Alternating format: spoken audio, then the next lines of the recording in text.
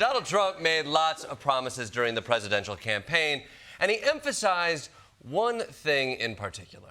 Starting on day one, we will bring competence and common sense back to the Oval Office. Restore competence and effectiveness to our federal government. Kamala says, vote for her, and you're voting for joy. Yeah. What's the one-word counterpart? Competence. Competence. Well, but real competence, real competence, not just he's sort of a competent, but no, real competence. Yes. The more you say that something is real, the more people believe you. My real girlfriend lives in real Canada. She's just, not just sort of my girlfriend, she's my real girlfriend. She's real, and I touched her real boobies. By the way, what room is that? I feel like the beast must have Belle trapped in the room next door, right? But yes, Trump promised his presidency would be marked by competence. And now that we're 2 months in, let's see how that's going.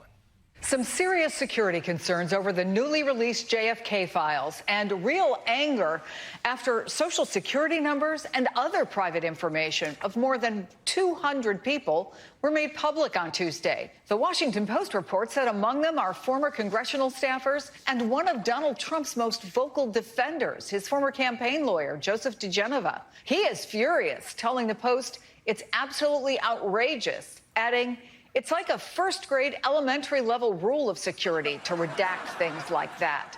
Whoa, man.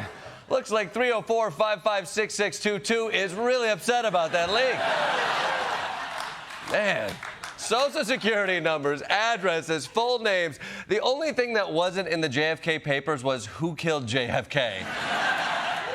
And Trump's poor lawyer. He's probably like, oh, man, I never would have represented you in your 2020 election fraud case if I knew you'd be untrustworthy. But we can't be surprised. Everything Trump has done so far has been sloppy. Whether it's DOJ not knowing who they're firing, ICE not knowing who they're deporting. Turns out they can't even do a classic DEI purge right.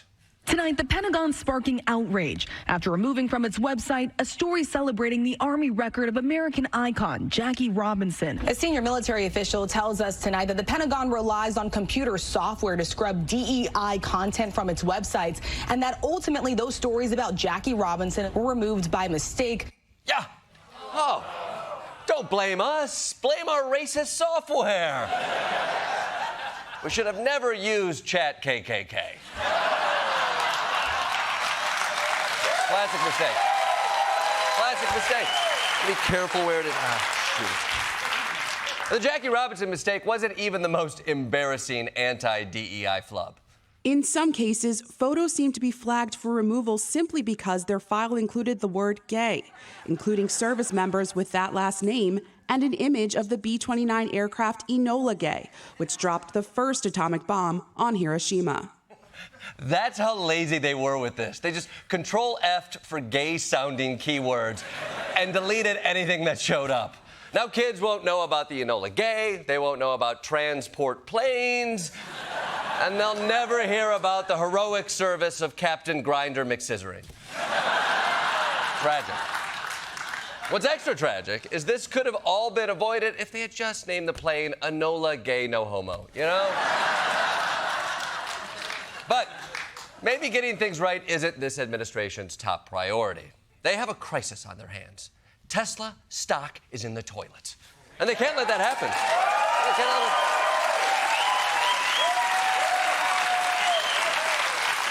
Crisis.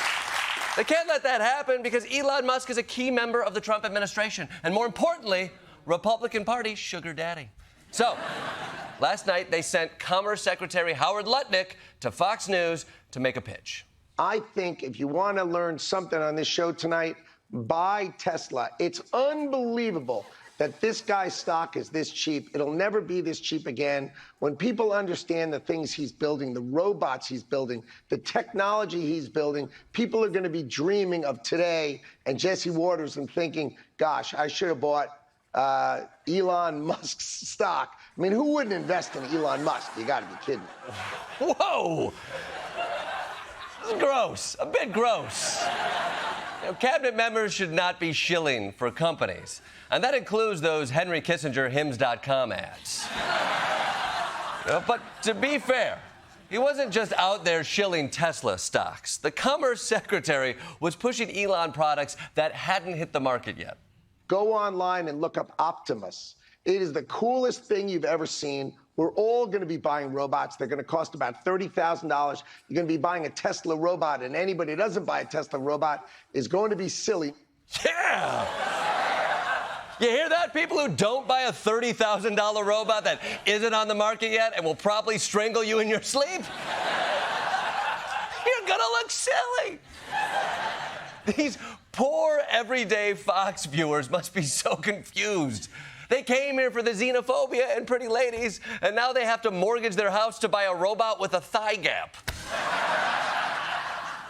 It's so embarrassing that this guy is using his position on TV to sell shit to the American people. Why are you so hungry for Musk's approval when you should be hungry for a Taco Bell build your own craving box? A Chalupa Supreme, a burrito, a side, and a drink for under $7. It's called integrity. And it's how you live Moss. Integrity. You know, it's not just the Trump administration. The whole team over at Fox News is doing their part. I own a Tesla. It's amazing. I ordered my Tesla today. I told my wife, hey, I think we should buy a Tesla. So you're going out to buy one? Go get a Tesla. I'm going to buy a Tesla today, by the way. Okay. I'm buying a Tesla today. Nice.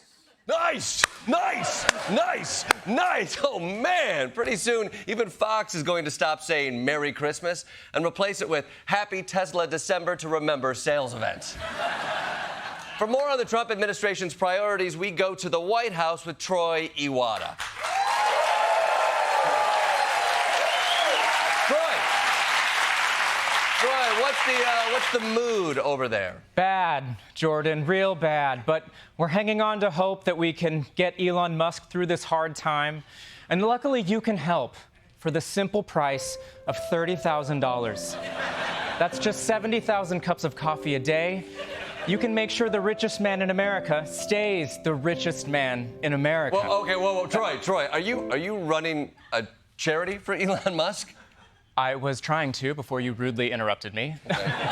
This man is barely worth $300 billion at this point, but we can change that for the simple price of $50,000. You can help a 53-year-old boy afford all the things he was already able to afford. Okay, wait, no. Stop the music, please. Look, I'm sorry. I just don't understand why it's our responsibility to help a man who's destroying his own brand with deeply unpopular policies. Wow, Jordan. Okay, I thought liberals were supposed to care about immigrants and African Americans, of which Elon is both. And you know, he's not as rich as he used to be. He lost $40 billion. That's 40 billion Arizona iced teas. But we can fix that for the simple price of $160,000. You can support an African man in need and his beautiful growing ketamine addiction. No, Troy, sorry. No, stop. This is insane. Also, why is the number getting higher? I just don't get why Elon Musk's choices should be America's problem. Okay, you know what the real problem is? You keep interrupting me. All right, fine. All right.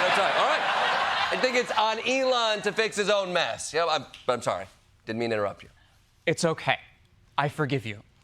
Because you can help. For the even simpler price of $2.5 million. You will get a thank you letter from one of his 37 children asking how they can get in touch with their father. No, Troy, come on, Troy. Jordan, I am trying to help someone. Okay, it's bad enough that the executive branch of the U.S. government is devoted to hyping Elon's businesses. Shouldn't we help the less fortunate? You mean like Jeff Bezos? Yes. For the simple price of one non-union factory. All right, you know what? Never mind. Troy Iwata, everybody.